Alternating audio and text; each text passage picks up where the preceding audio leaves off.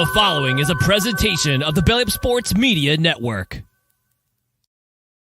Here's what's cooking on today's Sports Show Fantasy Baseball Show. We are talking ads, drops, and holds with players going into the week number 3, matchup number 3 of the season. And we also have a guest, Chuck Freeman, will join us as well to talk the Milwaukee Brewers and all that's going on in their organization to start this season. That's what's cooking on today's Sports Stove Fantasy Baseball Show.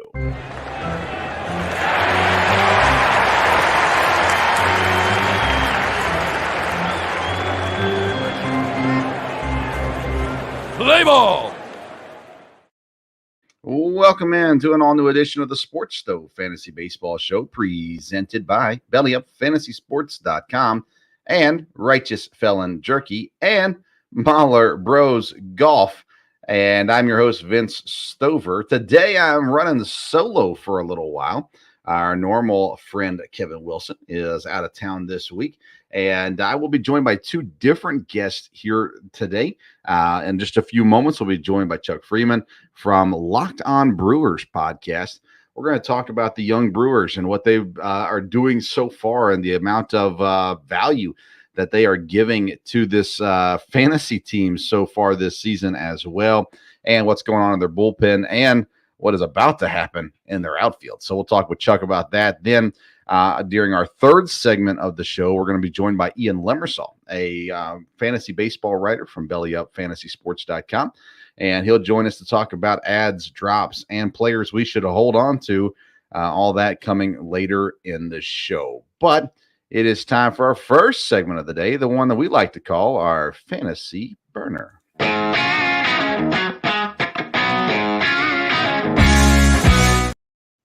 And we want to welcome everybody watching live right now at the Sports Stove YouTube page, the Belly Up Fantasy page, and all those listening later on via the podcast on Apple Podcasts, Spotify, or wherever you get your podcasts. This is our Fantasy Burner segment where we take one topic and just kind of hit on it quickly, fantasy topic that is. And this segment is presented by Mahler Bros Golf. We all want to look good on the golf course, but often it comes at the expense of feeling good. Mahler Bros Golf has polos that look good and feel good. With their lightweight and stretchy material that hugs your body, you'll feel cool while looking just as cool. Their polos are guaranteed to make you look better, but it's up to you to golf better. On a hot summer day on the golf course, which is just around the corner, there's no polo that you'd rather wear than Mahler Bros Golf Signature Polos. Don't wait to try your new favorite golf apparel. Upgrade your golf attire with Mahler Bros and get 15% off at MahlerBros.com. That's MahlerBros.com with the code BELLYUP. That's right, 15% off at MahlerBros.com. Code BELLYUP. Turn heads on the golf course or wherever you wear Mahler Bros polos. Mahler Bros Golf. Look good, feel good, play good. We appreciate the support of Mahler Bros Golf here for the the Sports Stove Fantasy Baseball Show. And our Fantasy Burner segment today, I want to talk about transactions. We are only 2 matchups into the fantasy baseball season. We have now gone through a week and a half in one matchup and a full week in the other matchup. And you got to look at how many transactions you and your fellow league mates are doing throughout this early part of the season. In the league that we use here on this show, it's a 10-team points head-to-head league. And so 10 of us in the league in 2 matchups. Total, we've had 86 transactions in our league.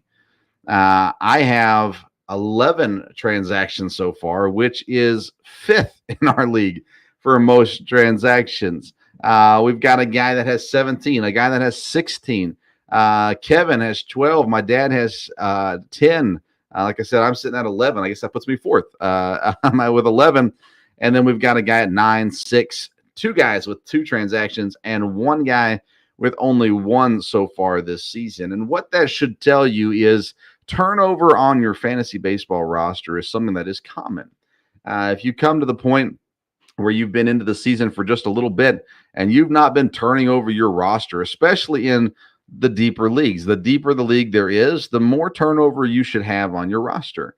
If you're in a small 8-man league, a 6-man league, I don't know who would do that, but I am in an 8-man league as well, and I still have turnover, but not everybody has as much because in an 8-man league, there's just more good players available for every team. But as you get out 10-man, especially in the 12 and 14-man leagues, then you're looking at you got guys that you're taking shots on all the time. And if they're not producing for your fantasy team, it's time to move on and get on to something better or something different.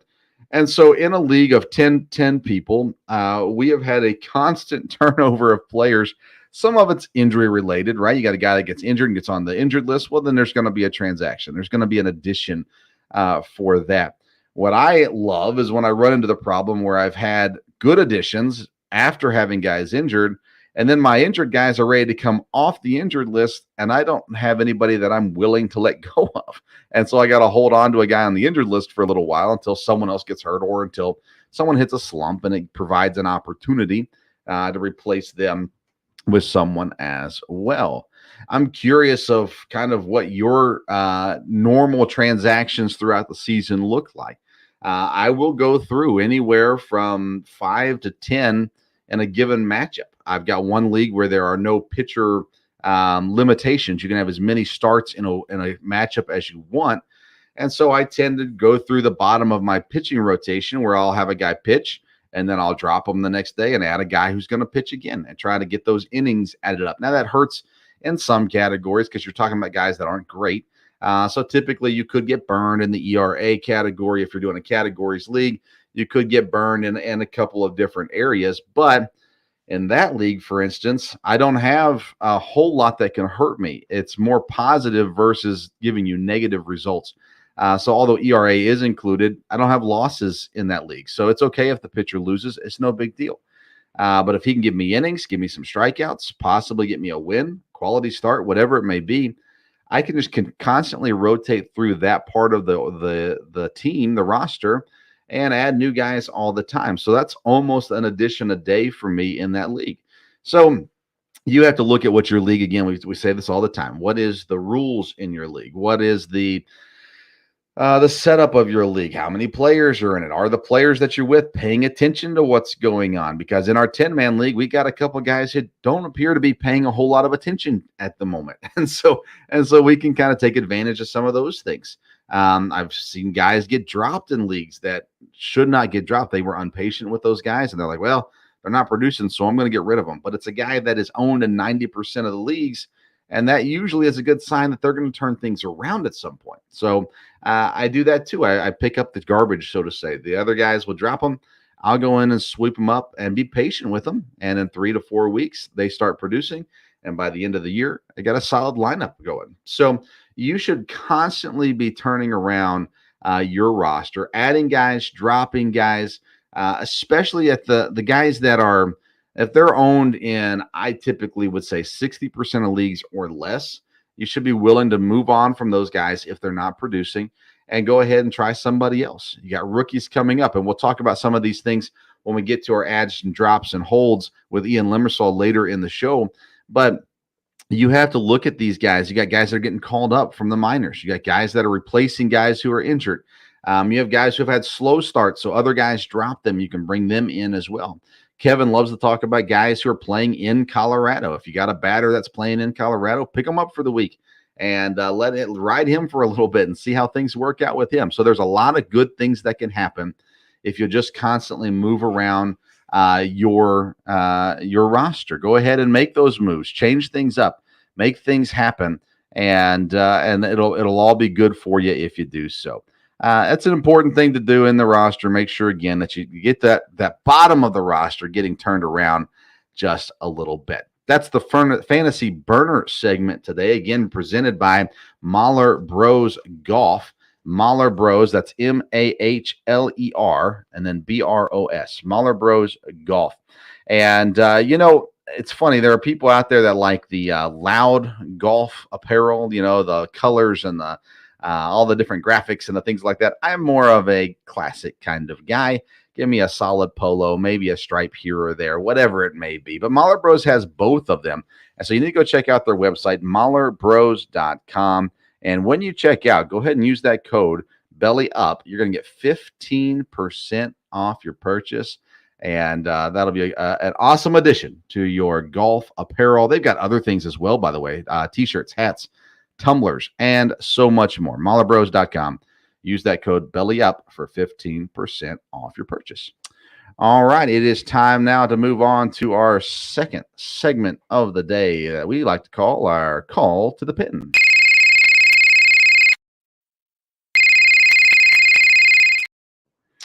Our Call to the Pin is presented by Righteous Felon Jerky. If you want the best and purest jerky in the game, you got to go straight to the source.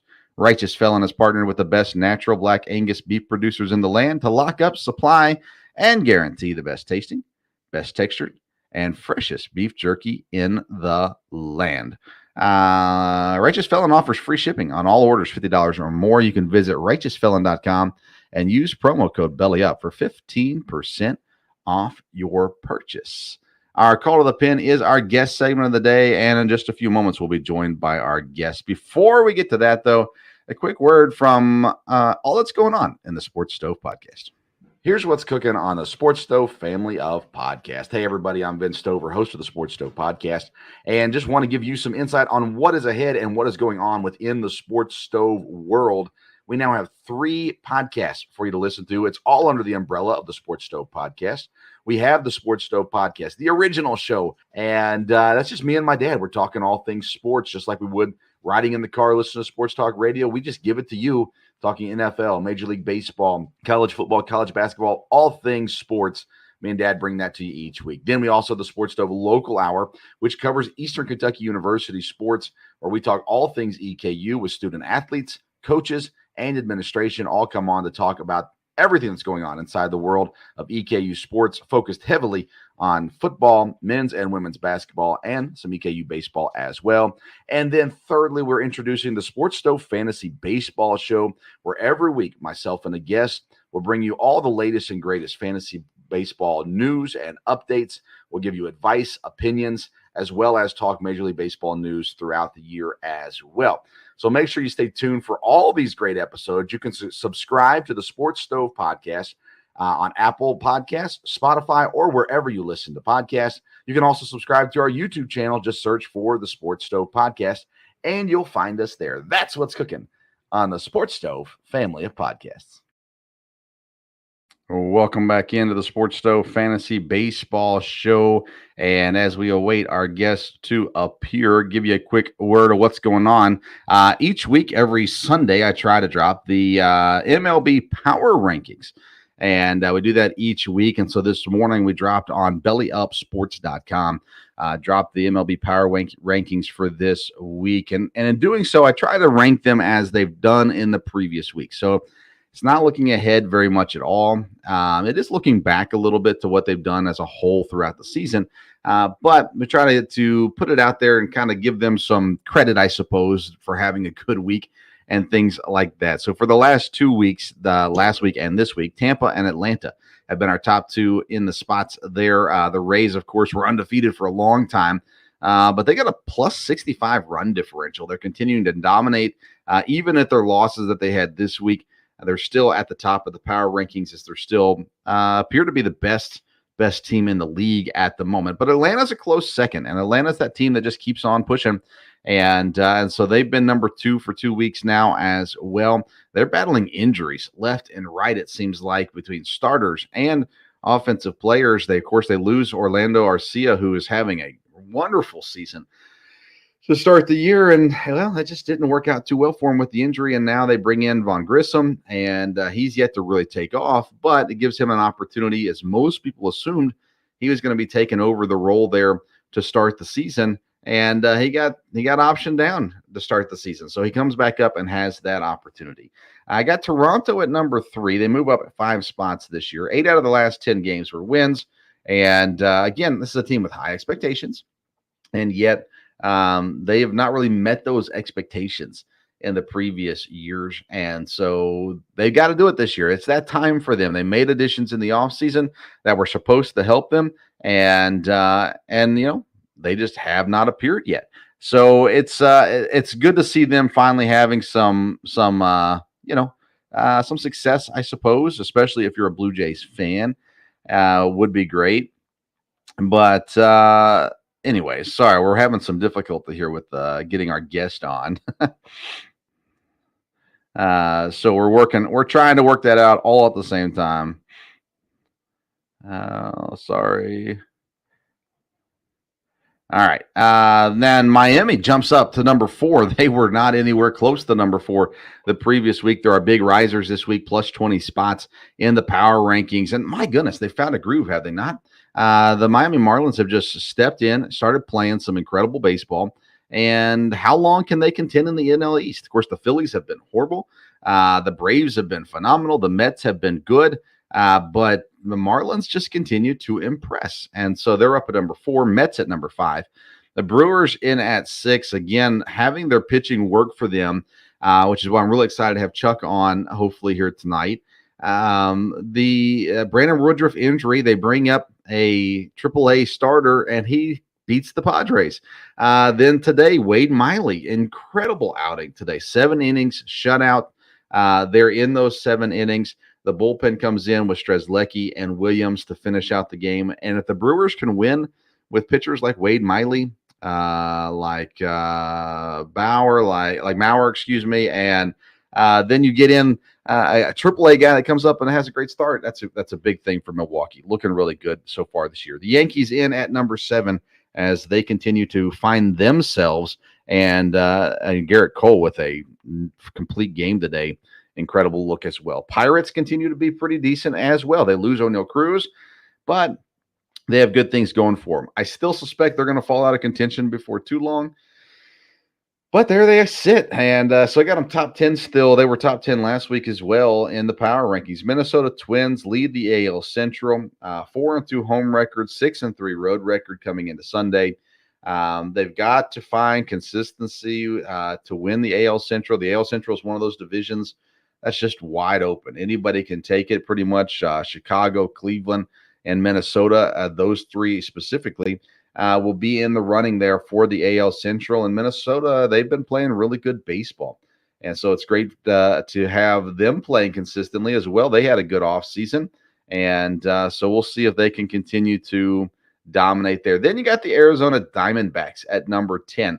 I put them right above San Diego. This is a team that has looked really solid at points in this season. I know we're really short into the season, but to sit atop the NL West, to be able to sit there and take care of business so far in the AL West, beating out the Padres and the Dodgers. This team it's an interesting team, isn't it? Because you have to figure out, are they for real? Do they will they be consistent all year? They're really young. They're really exciting to watch, but will they actually compete all season? That's the question we have to ask. So we are hoping to talk to Chuck Freeman tonight from Locked On Brewers podcast, but we're unable to get him on. So what we're going to do now, hopefully he will show up, but what we're going to do right now is jump to our 3rd segment of the day. It's a segment we call our Fantasy Focus.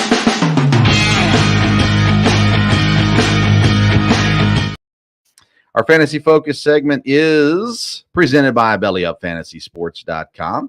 Usually Kevin's on to talk with us. He's out of town this week, so we're bringing in for the first time ever to join any Sports Stove podcast. It's Belly Up Fantasy Sports writer Ian Limersall. Hey, Ian, how you doing? Vince, what's going on, man? Can you hear me all right? I can. Thank you for joining us. We've been enjoying your work on the website. You've been putting out articles left and right, and relatively new to the Belly Up family, but welcome to a Belly Up podcast, man. What's going on with yourself? It's nice to be on, man. I am pretty new at Belly Up. Been putting out a lot of content lately. I like doing a lot of stuff off season wise, so I wish I had been able to join a little sooner to do that. But during the season, doing the waiver stuff, ad drops, things like that. There's a lot of streaming. There's all kinds of good stuff to do during the season. It's been fun. There is a lot of stuff. It's amazing that we get into the season And you'd think it would kind of slow down, but there is more to it than just ads and drops, because we're talking about, man, there's people getting called up. It seems like every day there's people getting sent down. There's injuries, of course, going on as well. You mentioned streamers too. So there's a lot of options out there for folks. And, me and Kevin, typically we have our Sports Stove Belly Up baseball league that we do, a 10-team points league. And so we like to update the people. We like to make fun of Mike when he loses and different things like that. But I know that you said that you're in part of a 10-team points league as well, or at least have to do a lot with that too. So is there something that you like over the points league versus category leagues or roto leagues or different things like that? Do you like that, or is that just kind of the way it ended up for you? So real quick, you bring up all the call ups and things like that. I mean, just today I'm seeing like you have Nito with the Angels. You got Brett Beatty coming up. It's like every day, especially because guys, teams aren't trying to hold guys back as much anymore. So you see that. I mean, it's every single day. As far as the point stuff goes, I feel very strongly about this. So I could talk about this for a long time, but we are 10-team points. I'm not a huge fan of ESPN. That's my primary, in that league. 10-team points is ESPN. Not a huge fan of it, of ESPN specifically, but the points format. I mean, it's my favorite, head-to-head points. I think that, when we started this league, it was about 8 years ago. We were all coming from fantasy football backgrounds, and we were trying to get everyone in. We love baseball and we love football, but we like baseball a little bit more. Want to do fantasy baseball the way we do it with football, and it was so nice because with the points league, it almost felt like the perfect blend between fantasy baseball and fantasy football. It was a nice kind of opening for us to do points head to head. It felt comfortable. And then once we started getting really into it, it's like, I've been in some roto leagues before, and there's a lot more strategy with roto. I think there's a lot more strategy, but with points, you have a clean slate every week. You have a clean slate every week. And, we have teams that, you're not waiting till the very end of the season to see how things are shaking out, because you have a matchup every single week, and anyone can go on a run, rip off 3-4 straight weeks of victories and end up making the playoffs. Every year, we have 4 playoff spots for our 10 teams. Every year there's 6 or 7 teams in contention for a spot with 2-3 weeks to go. So it doesn't end, man. I mean, there's always going to be a couple bad teams for sure. I'm sure almost in every league, it's always happening. But in our league specifically, there's always going to be 1 or 2. But I mean, everyone's got a shot. And so I think that's what's so fun about it. And points is a lot of fun. We're standard, so we have -1 point for strikeouts, which I know is a little bit unique for some formats, but we've actually stuck with that as well. I think it adds another kind of sort of element of strategy for the hitting side of things. And, we have some quirky stuff in our league, but it's pretty standard as far as the ESPN points goes. It's a lot of fun, man. I think that's the best format. Yeah, I've spent most of my time doing category leagues, and until Kevin got me into the points leagues, the first time I ever did it, and I absolutely love it.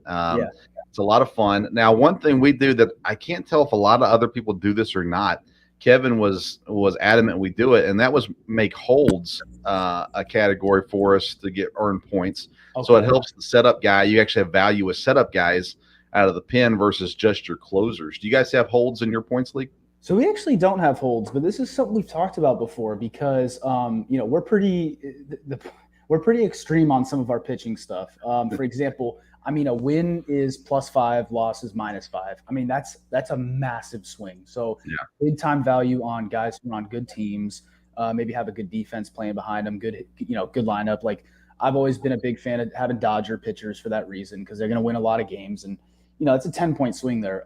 As far as the hold stuff, that's something we would love to integrate, probably as like a +2 or +3 point bonus, something like that. And if we did, that's a lot of fun too, because then it's like you said, then setup guys and not just closers have some value, and you're further sort of rounding out the amount of guys who have value in your league, as it should be, because those are valuable baseball players as well. So I like that idea a lot. I think that's something that I do. It's a fun addition. This year in our draft, I kind of went with the strategy of not going for closers, and instead I went for setup guys because nobody else was drafting them. So I thought, well, I can wait till towards the end of the draft, and I can grab 3 or 4 guys there at the end of the draft and get guys that are going to get holds. Yeah. And they're not as risky, honestly, because they don't get the loan save or anything like that. So it's kind of there's a little bit of niceness to it to a degree as well. And it's been fun. It's been fun to kind of get involved in that a little bit as well. We got to get to know you a little bit. I know we got you on for a specific purpose to talk ads and drops and things like that. Totally. But who do you cheer for? Who's your favorite team? So I was born in Chicago, but raised in San Diego. So I'm a Cubs fan. But I always, I always have a special place in my heart for the Padres. I started following baseball when my dad was taking me to games when I was like 2-3 years old. So I moved to San Diego when I was like 6 years old. So very young, but I'd already been going to games at that point. And like, I had already, had that affiliation. So I've been a Cubs fan for life, man. And I try and get out to Wrigley a few times every year. I'm living in Sacramento right now. So I've been bouncing around since college, went to school at University of Michigan. So, got to go to Tigers games, stuff like that. So I've been bouncing around a lot, but Cubs are my team. And I do support the heck out of the Padres. And I know the Padres team very well. Been to Petco Park probably 200 times. And I know their farm system very well also. So I enjoy following the Padres, but the Cubs are my team for sure. The Cubs. Yeah. So I grew up in Nashville, or just south of Nashville, Murfreesboro. And for a long time, the Brewers, AAA, and actually they're back to them now, was the Nashville Sound. So I grew up when I would have been in middle school, high school, when Prince Fielder and Ryan Braun and those guys were around. And then before that, they were with the Reds for a time and with the White Sox for a time. So I never had an MLB team for a long time in my life. And then once I got out of college, actually, I was like, you know what? I need to follow a team. And so, so I got into, my dad's a Giants fan. My mom's a Reds fan. And I always liked both of those teams, but I wanted something different. So I figured, well, I knew the guys on the Brewers from watching them in AAA. And so I started cheering for the Brewers. And actually, that was a good time to start cheering for them. That was close to the time they acquired CC Sabathia and things like that. So there were some good moments there. I didn't go through the drudge days of a Brewers fan, but nonetheless, it's a fun team to follow and have a good time. And I'll tell you right now, though, ton of love for minor league ball. I mean, that's the thing is, eventually you have to have a team and all that. But I love minor league ball, man. I go to dozens of minor league games every year. We actually just toured some apartments today that are across the street from the River Cats Stadium, the AAA affiliate for the Giants. I've already gone out and seen them play a few times. They were playing the Padres last week. Or was that 2 weeks ago? Their first week at home. And so I got to go see Tatis play, which was a lot of fun. I got to go see Joe Musgrove start a game over at that River Cats Stadium. That's great. And then, it's just, I have a ton of love for minor league ball. One of my best friends is catching for the Albuquerque Isotopes right now. So I've been watching his games, and they've been playing against Tatis, who in the last, I think 3 games has 6 home runs. I just saw him hit another today. So I love minor league ball. And so Nashville's one where I do know that's the Brewers affiliate, and I haven't really watched many of their games. I don't know. I'm not too familiar with who's there right now for the Brewers, but I was a big fan of Keston Hiura. Was, of course. And then, so I've followed some of those guys, but that's awesome. Nashville's a great place, man. Yeah. Hiura actually has 6 home runs so far this season down there in Nashville, and hit another one today. Keeping up with that a little bit. So he's still around. And you know what? My family, just in the last couple of years, have gotten into college baseball. It was never something I followed a whole lot of, but I started covering Eastern Kentucky University sports, and love the people over at the university. And so they were playing FGCU, Florida Gulf Coast, this week. Who's number 15 in the nation. And so I texted Raymond, our guy over at the university, got some tickets. We went and watched games Friday and Saturday. Awesome. Watched them beat FGCU 2 out of 3 games. So a good time there too. So I'm loving that, getting to know guys at that level, because I interview the players. So get to know the guys at the college level, and to get to see some of them go on. Last year, they had a reliever, Will Bryan. He got drafted by the Yankees, so he's in the Yankees system right now. They've got a catcher, Will King, who's going to get drafted as well. He's a phenomenal ball player.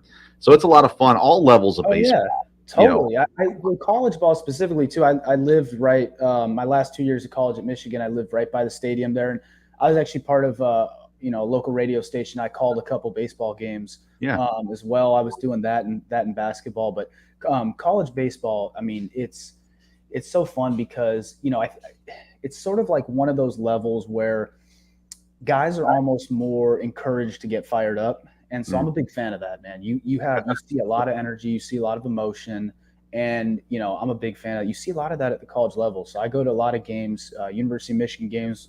Growing up, went to a lot of Cal State Fullerton games. Some buddies playing there, and these stadiums are nice too, man. A lot of these college stadiums, they're pretty cool. There's some good ones out there.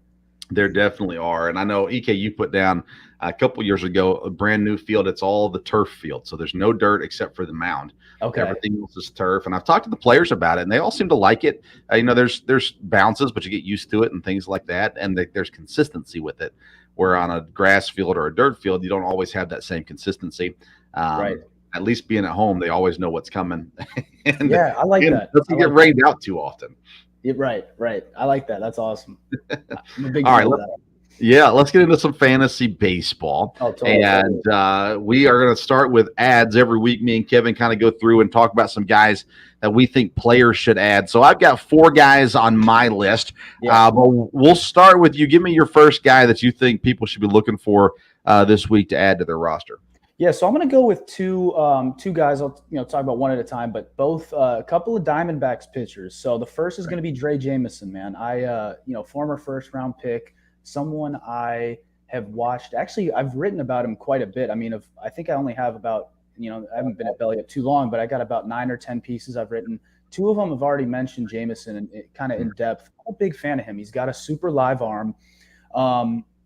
Has a background of, doing a lot of long relief, even in college, in his younger days, doing a lot of long relief and stuff. And as he's stretched out over time, his velocity actually hasn't gone down much at all. He's throwing 97 these days. He's throwing about a tick faster than he was last year. And I really like his arsenal, man, because, the thing about Jameson is within the last 2 or 3 years, he's added this sinker that is – I still can't figure out quite why they had him add a sinker, but it's turned into a pretty good pitch. It's become his highest usage pitch over the last couple of years. Like I said, the fastball is the fastball itself is good. I think it gets hit pretty hard because it is a little bit straight. It has decent kind of rise action to it, but it's a little straight. So maybe the sinker was, implemented to help kind of balance some of that out. I don't know, but he now has like 5 pretty solid pitches. About 3 he's using effectively right now. He needs to be using the changeup more. He needs to use the changeup more. There's certainly stuff to work on. But when you're looking at him as an ad, he's under 10% owned right now, which so in most leagues, most formats, he's going to be available. And a lot of guys who even own him right now are probably streaming him. So he's going to be available. He's been using kind of some weird roles this year. But he's going to be a full-time member of the rotation for a little while now, at least. And even once Zach Davies is back, I think he'll probably stick. He's been super effective. And if he continues to be effective, I mean, he was a first-round pick. They're not going to sit him when there's no reason to. Madison Bumgarner, Zach Gallen, these other guys in the rotation as well. These are guys who have been, fairly injury-prone over time. And so I do think that we're going to see Dre Jameson stick in the rotation for a while. His upcoming matchups aren't my favorite, but there's just a lot to like here.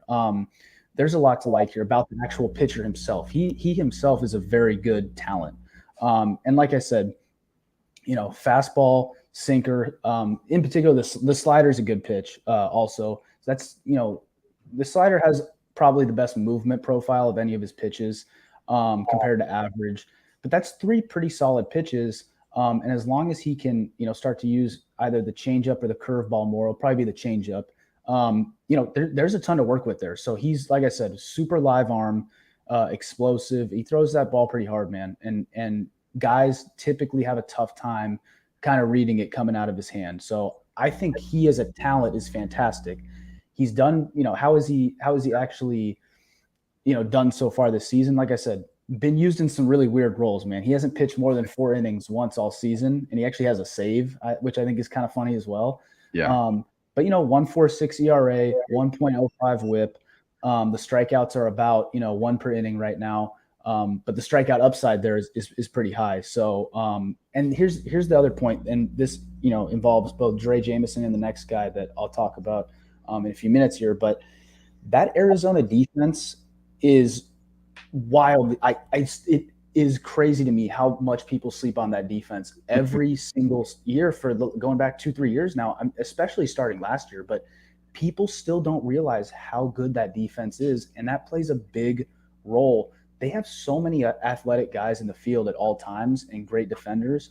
That makes a difference, especially now with the the shift ban and some of this other stuff. Teams like the Dodgers, for example, that relied so much on the shift, they can't do that now. And so, you can't, it's harder to play a guy like Max Muncy at second base, for example, right? Mm-hmm. In a case like the Diamondbacks, everyone in that field for them is athletic and is a good defender. These guys can play multiple positions. They play their positions very well. That defense makes a huge difference, in my opinion. So Dre Jameson, definitely a guy who, especially as they start stretching him out more here, he's going to get it going, man. I'm excited for him, but he does have some more difficult matchups coming up. So I would definitely, beware that it might be a little slow for him, but someone sure. I'm just super excited for. I'm with you, Andre. He's actually on my list too. Like you said, he's only 9.4% owned in ESPN leagues. And I agree with you. I think that when Zach Davies does return, I think Jameson will do enough to hold a spot in the rotation. I think so too.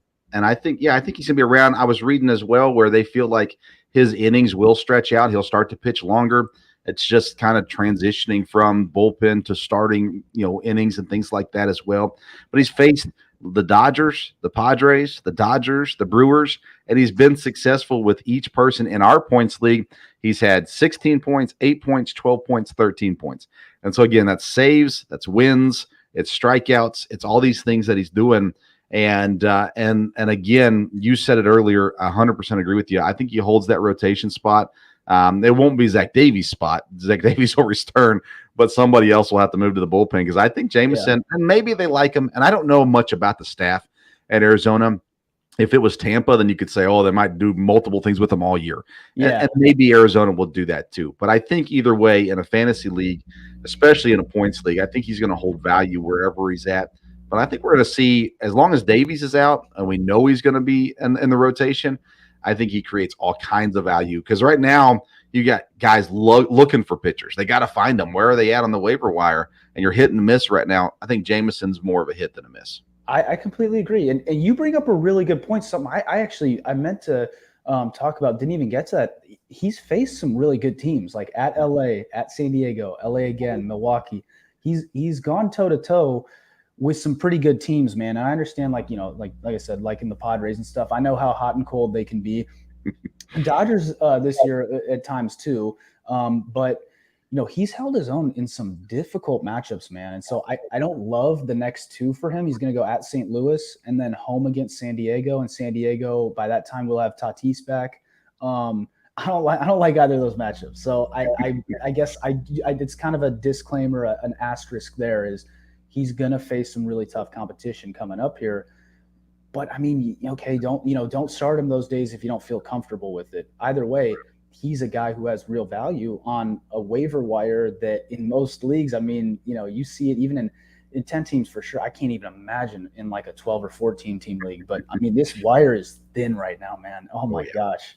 So especially if you're looking for innings and starting pitchers and things like that. Oh yeah. You're definitely enjoying as well. There's Kevin Wilson tuning in from the airport this week. Thanks, Kev. We always appreciate you. Thank you, Kevin. Thanks for listening. So we both have Dre Jameson on our list. You said you got another Arizona pitcher. Who's that? That's going to be Ryan Nelson. So Ryan Nelson started the year in that fifth rotation spot. He actually beat out Dre Jameson for that fifth spot. Nelson, as it currently stands, is their number 4 and Jameson at 5.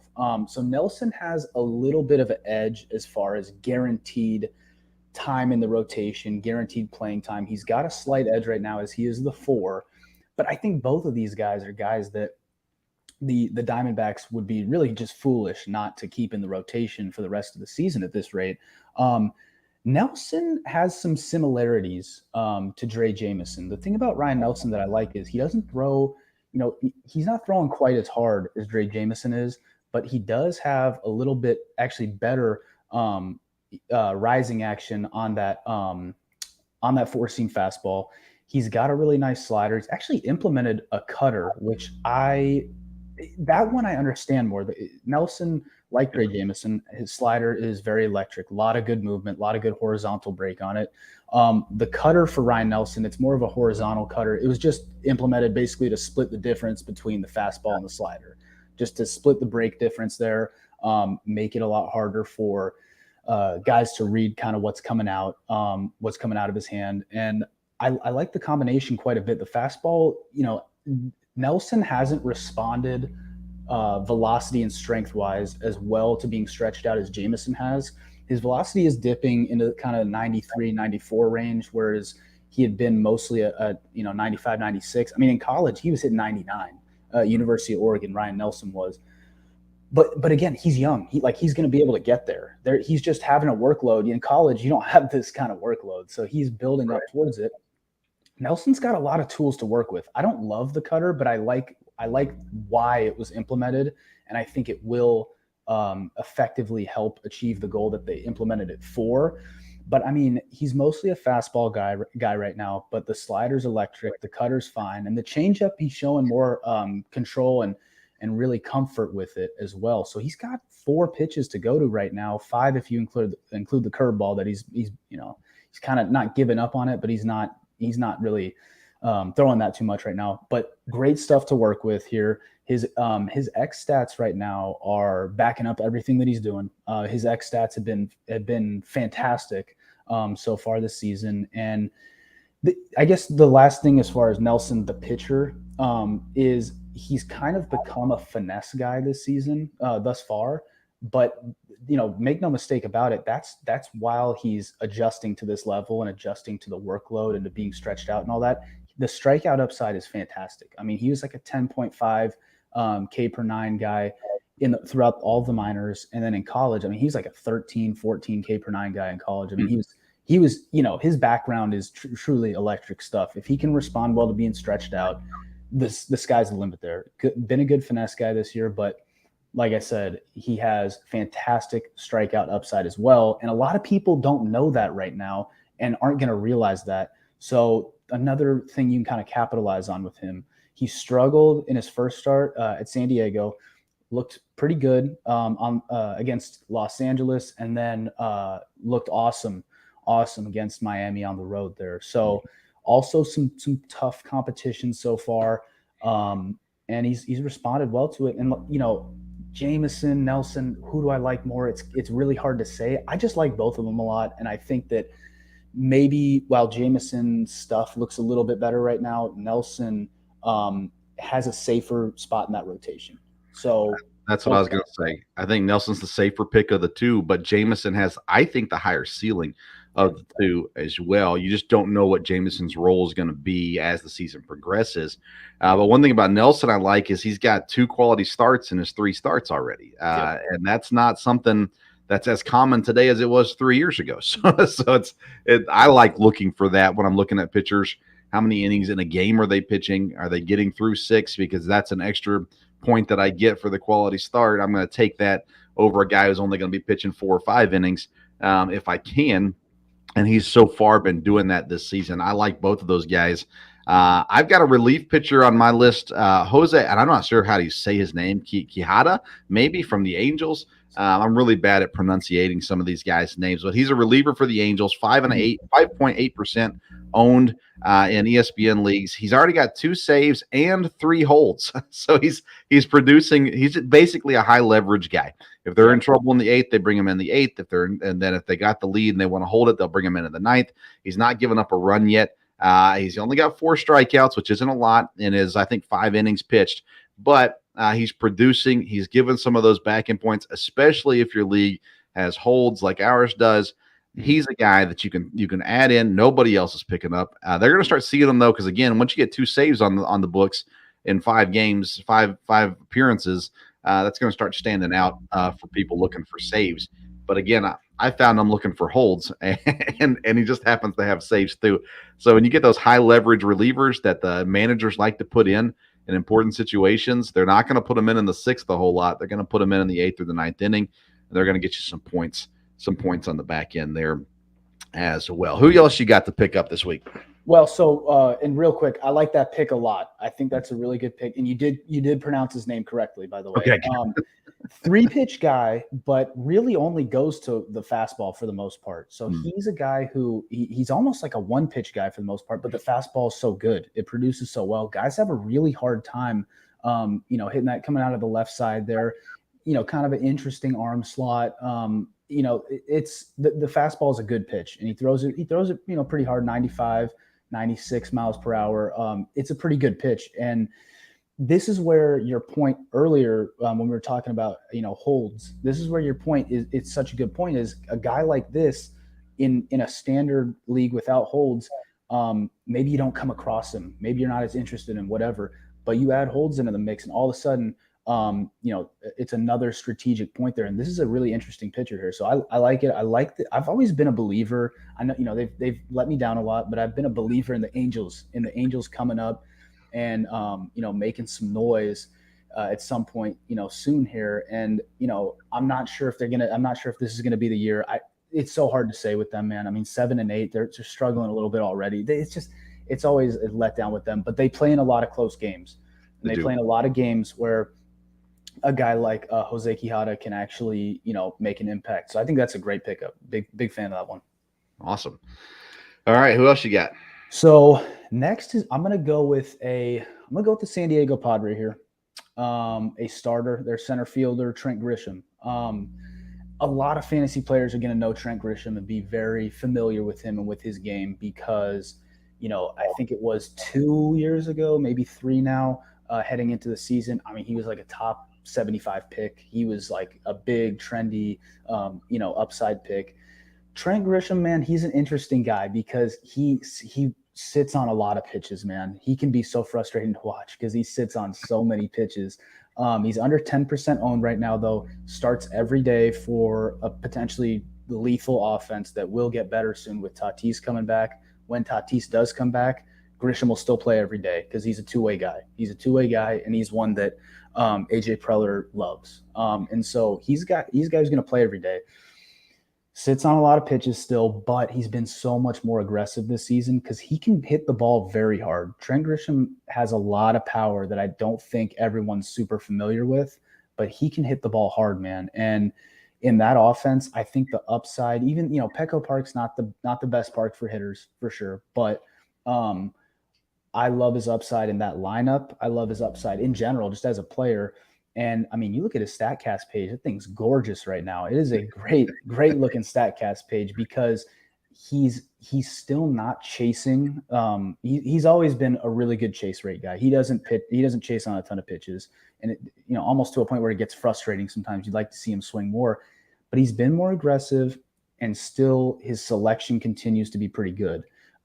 He's taken more of a, I'm gonna take this thing into my own hands type of approach with his career and his trajectory, and he's kind of leaving it all out there right now. He's got a lot of heart as a player and as a leader as well, and he's just kind of leaving it out there right now, swinging at a lot more stuff in the zone, not being as selective, and just barreling the baseball right now. So in that lineup, I think, a guy who's going to play every day, and, they move him around where he hits in the lineup. They move him around a good deal, but there's just a ton of upside with Trent. I think he's starting to realize that. So, and tap into some of that. So I'm curious what you might think about that one as well. Yeah, I like Trent. He's one of those guys, if you've been in fantasy for a long time, you had years where you loved him and years where you hated him. And he's been a little less consistent. That's why he's not owned in a lot of leagues right now, because the past, I think since COVID year, it really just hasn't been what we'd hoped it would be for him. But he'll usually get you some steals. He doesn't have any yet this year. He's got 4 home runs. I was watching the game today. They played the Brewers today. So I was watching that game today, and he looked like he had something against Wade Miley. I don't know what it was. He had a lot of gamesmanship. He was playing around with that clock a little bit. Oh, yeah. He wasn't getting into the last second and getting in there and getting set up and ready to go. So he didn't give Miley a whole lot of time to pin. Now, Miley had a heck of a game today, but he did. But Grisham, I like him, and I think he's turned into one of those veteran players that the team loves, not just the coaching staff, but I think the Yes. roster, I think the locker room loves them. They do. And they have some of those guys right now in San Diego. As a lot of people are concerned, well, you got Juan Soto and you got Tatis and you got Machado, you got some guys that they have some personality, and sometimes that can be scary. But I also think they got a good mixture of guys. The guys that they brought in this year, was it Carpenter and Nelson Cruz? Yeah, Cruz is there, and Grisham. Those are all guys that I think are well respected and can kind of they can be the glue guys in that locker room.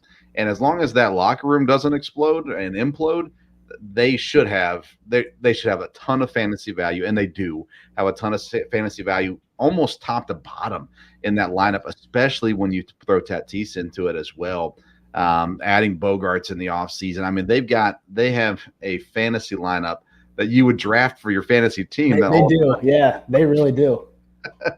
So I like that. Now I've got a guy that is a little lesser known. He's only owned in 3.2% of leagues for San Francisco. J.D. Davis, third baseman, designated hitter eligibility in fantasy. In the last week, 2 home runs, 7 RBIs. He's got 4 home runs on the season. And up to this point in the season, he has been as consistent as just about anybody in the league. And he's got just over 40 points. The Giants are not great this year. They're not getting a lot of love, not a lot of attention. Their big free agencies weren't big free agent moves and things like that. And J.D. Davis has found a role, and he's found a place on that team to where he can consistently contribute. And I think he's found a place now where for a fantasy team, he can consistently contribute as well. Yes, I'm a big fan of this pick for a couple of reasons. J.D. Davis has been a really interesting player for quite some time now. I mean, he's a veteran, but he also feels like a guy where he's almost been slept on, despite someone who, he has been around for quite some time now. I remember him as a Met. I forget he was even with Houston, but he was for a little while. And he's a dude who's never gotten any accolades, not a lot of attention, but he's always produced very quietly. Cal State Fullerton guy, big fan of that. And the thing about J.D. Davis right now is you look at how hard he's hitting the ball, how often he is barreling the ball. And in particular, you look at like the expected outcomes of the things that he's doing right now and the balls he's putting into play. Everything is backed up right now by sort of the advanced stuff. The reason I like him so much, the Giants, we all knew whether the Giants are good or not, or how good they are, whatever, that's one thing. But we all knew the Giants were going to find a way to get some good run out of some random guys. Right. They just do that. And J.D. Davis fits the profile. He fits the mold because he's a veteran hitter who has produced for a long time now. I mean, he's a career 270 his career OPS 797. I mean, he's right at 800. I mean, that's pretty good stuff. There's been a good combination of mostly a lot of doubles with J.D. Davis. He has home run power, but he's mostly extra base hits are mostly doubles for him. He sort of lacks that top end power, but he just produces, man, runs, RBIs, some extra base hits, and batting average wise, he's just so solid, man. And the Giants are the type of franchise that can get the most out of him. Big fan of that pick. I did come across him this weekend when looking at some potential ads, and I don't recall exactly how many. I think you said he's at about 40 points in your league, is it? Yeah. So in my league right now, he's at exactly 40. So I think we might be playing with about the same rules, at least for hitters or something. But 3.1 points per game. He's only owned in 3% of leagues. Dual position eligibility. I'm a big fan of this one, man. I think that's a great pick, and 4 home runs already, puts him at a pretty good pace here if he can keep it up. So big fan of that. Third base is kind of it's a shallow position this year. There's not a lot of depth there. So if you got a guy producing, now's the time to jump on him. And like I always try to tell people this, if they're newer to fantasy, you got to ride the waves with these guys. These might not be guys that are going to be on your team all year, but you pick them up when they're hot. You ride them until they're not hot anymore, and then you can drop them and add somebody else. So this is a guy, and maybe he does have consistency in him, and he's going to be there all year. He's batting 341 so far. So, I mean, he's having a great season. But again, it's okay to grab a guy that you don't love if he's hot. Go get him. This is the other thing, man. We're in these 10-team leagues that we're in. It's not like you're using his roster spot. It's not like you're dropping someone who's just going to get eaten up by the Sharks and waivers, and you won't be able to, if JD Davis does go cold, you won't have anyone else. No, if he goes cold in a 10-team league, you'll be able to find someone. So just ride the wave. Could not agree more on that one. All right, you got one more? I do have one more actually. I have a few. This one I like a lot, but I don't think he really qualifies for this, and that's Graham Ashcraft, pitcher for Cincinnati Reds. He's at about 30%, 34% right now. And so I don't like to do these kind of things, talk about guys who are over 20 or 25% owned. However, the thing with Ashcraft is he is going to get dropped quite a bit if his next start isn't good. He's a guy who's being streamed a lot right now. So 34% ownership, but that's only probably about half of that is full-time ownership, guys who are looking to keep him for good. So I think if you can, I think, he's worthy to talk about in the sense that there will be opportunities to get him. With Ashcraft specifically, I'll keep it kind of brief, but really weird pitch mix. He's a cutter, slider, sinker guy.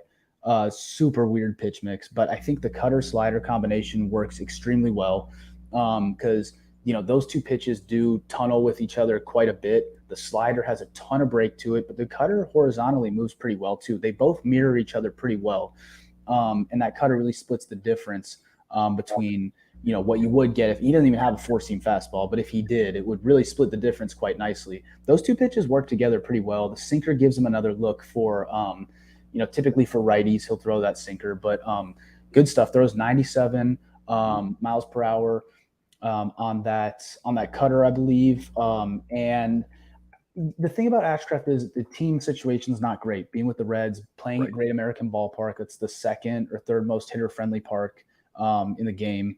That stuff's not great. But this is a young pitcher, only 25 years old right now, who has a lot of potential. The weird pitch mix, it can work. There's always going to be room for guys like that in the game because that's something you don't see every day. The two pitches, again, the cutter and the slider work together quite well, and that slider is just electric, man. It's 89 miles per hour. Got some of the best break of any slider that you'll see at that, in that 85 to 90 mile per hour range in all of baseball. Good stuff from him, man.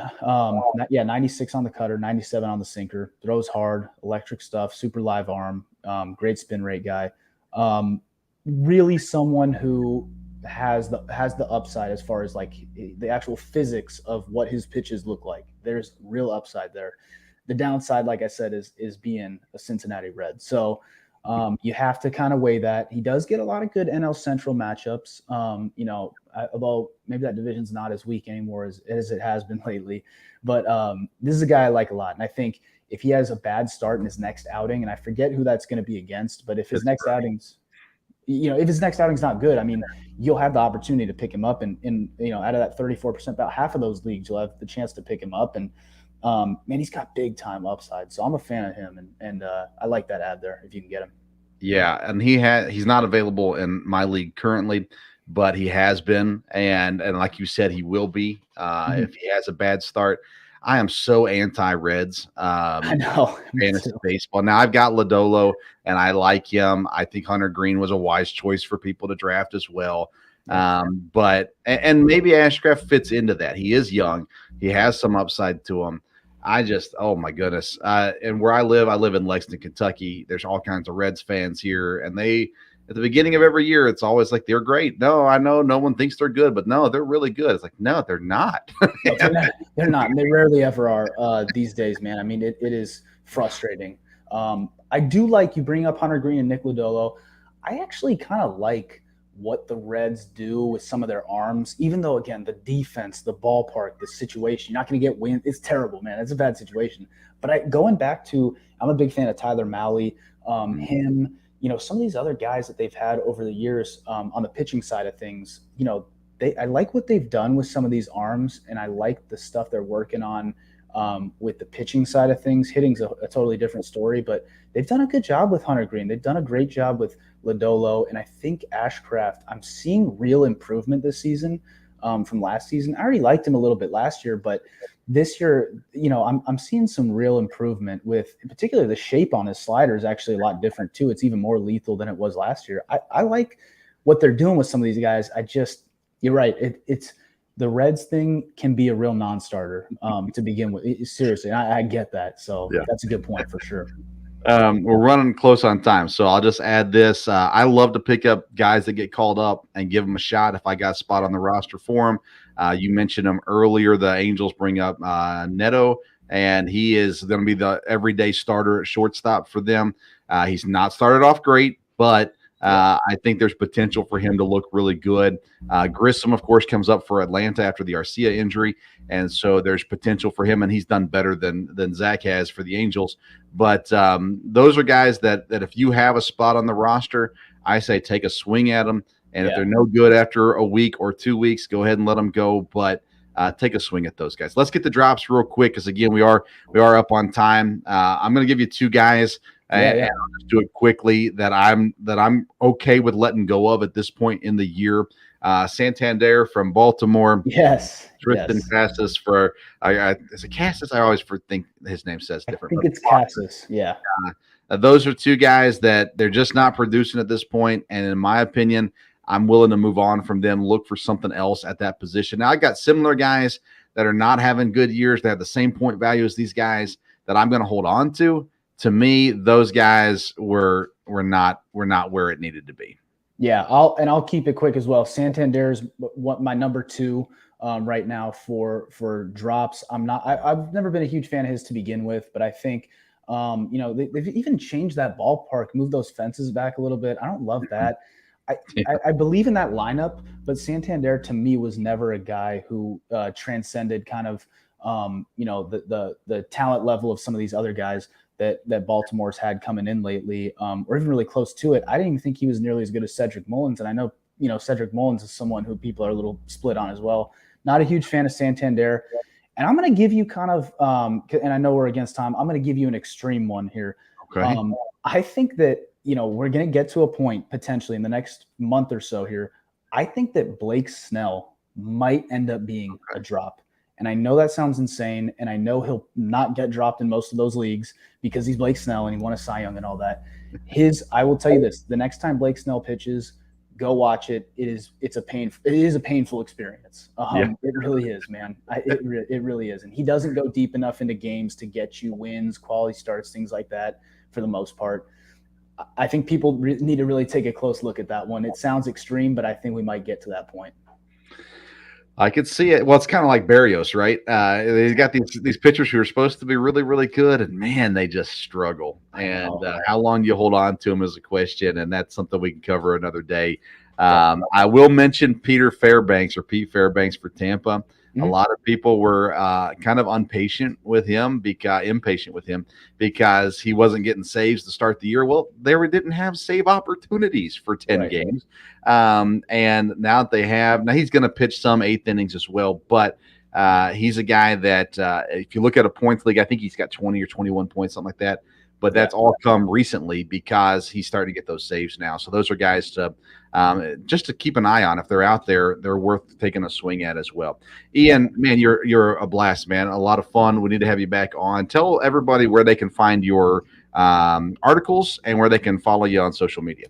Yeah, so I don't really use the socials for the fantasy stuff much, but Ian Lemersall on Twitter, Ian Lemersall on Instagram, and in particular, though, if you want to find me on Belly Up, I'm loving the work that we're doing there right now. I always will plug them forever because we got some really good stuff going. I love our content right now. I love the team that we have, and I'm really excited to be a part of this. So Ian Lemersall on Twitter or on Belly Up Sports, and feel free, especially on I see some of the traction and comments on Reddit and stuff. That's a great community, so feel free to hop on and comment on my stuff there on the website, whatever, man, because the stuff we're doing at Belly Up right now is some good work. So, well, Ian, you're doing good work, man. Everything you put out is so detailed. I write a few things here and there. I'm doing more stuff on just the regular Belly Up site than I am the fantasy site right now. But my stuff is compared to yours lacks in research. So I don't know about that. I like your stuff, man. Come on. Thank you. But you're doing a great job. We love having you on the team again. You can find his stuff, bellyupfantasysports.com. You can find all of Ian's articles there. They're coming out on a regular basis as well. And we'll definitely work to get Ian back on the program. So Ian, Thanks, man. I really do appreciate it. Thanks for your time tonight. Vince, thanks so much, man. I'll be back. Sounds All good. right, we'll see you. See you, man. That's Ian Limassol from Belly Up Fantasy Sports. Sure appreciate him coming on. I did just hear from Chuck. We had a miscommunication, so I'll work on getting him on the program on another night as well. But we sure appreciate you tuning into the episode tonight. You can, again, go to MahlerBros.com or RighteousFelon.com to get some jerky or some golf apparel. Use the code BELLYUP at purchase. You'll get 15% off your purchase. And as always, make sure you visit BellyUpFantasySports.com. Follow me on Twitter and Instagram at SportsStove. Check out my other episodes every Wednesday night. I go live at 8 p.m. with my dad talking general sports. And every Friday, we drop an audio-only podcast, which is covering EKU sports. Thanks for tuning in to tonight's edition of the Sports Stove Fantasy Baseball Show. Until next time, we'll see you around the Sports Stove.